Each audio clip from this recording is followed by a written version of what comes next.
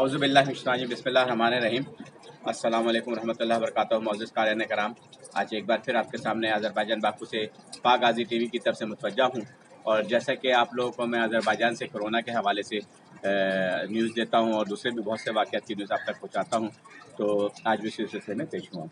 आज अज़रबैजान में 144 अफराद जो है वो इन्फेक्ट हुए हैं और जो वफ़ात हैं वो 3 अफराद हैं और जो रिकवर हैं वो माशाल्लाह बहुत तेज़ी से हो रहे हैं। और अब जो है वो 33,000 से समझे कि 29,000 के करीब 28,000 के लोग रिकवर हो गए और रिकवरी की तादाद जो है वो तेज़ी से आगे बढ़ रही है।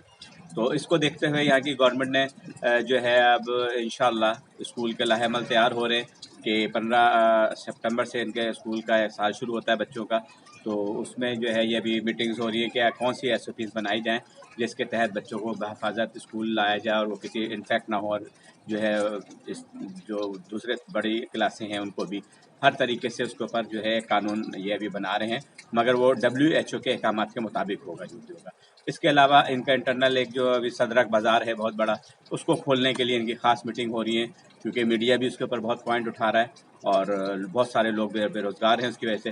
तो इंशाल्लाह उम्मीद ये है कि अगर ये 100 से नीचे अगर चले जाते हैं इनफैक्ट अफराद, तो सदरक के खोलने के ऊपर भी ये जो है ये काम कर रहे हैं और हो सकता है कि वो भी खोल दिया जाए। अभी उसकी कोई कंफर्म रिपोर्ट नहीं है, मगर जो मीटिंग्स हो रही है हम उसका सिर्फ आप तक एक जो है तबसरा पहुंचाना चाहते हैं, वही हम आप तक पहुंचा रहे हैं। कंफर्मेशन अभी नहीं है, जैसे ही कोई कंफर्मेशन होगी पहुंचाएंगे। और वीज़ों के और एयरपोर्ट्स के बारे में अभी कोई किसी किस्म की वो नहीं है। आज सिर्फ जो है एक लाहेमल आया है, इनका जो एक रूल आया है कि अज़रबैजान इमिग्रेशन ने जो है वो तुर्की जो अवाम है उनका वीज़ा ख़त्म कर दिया है।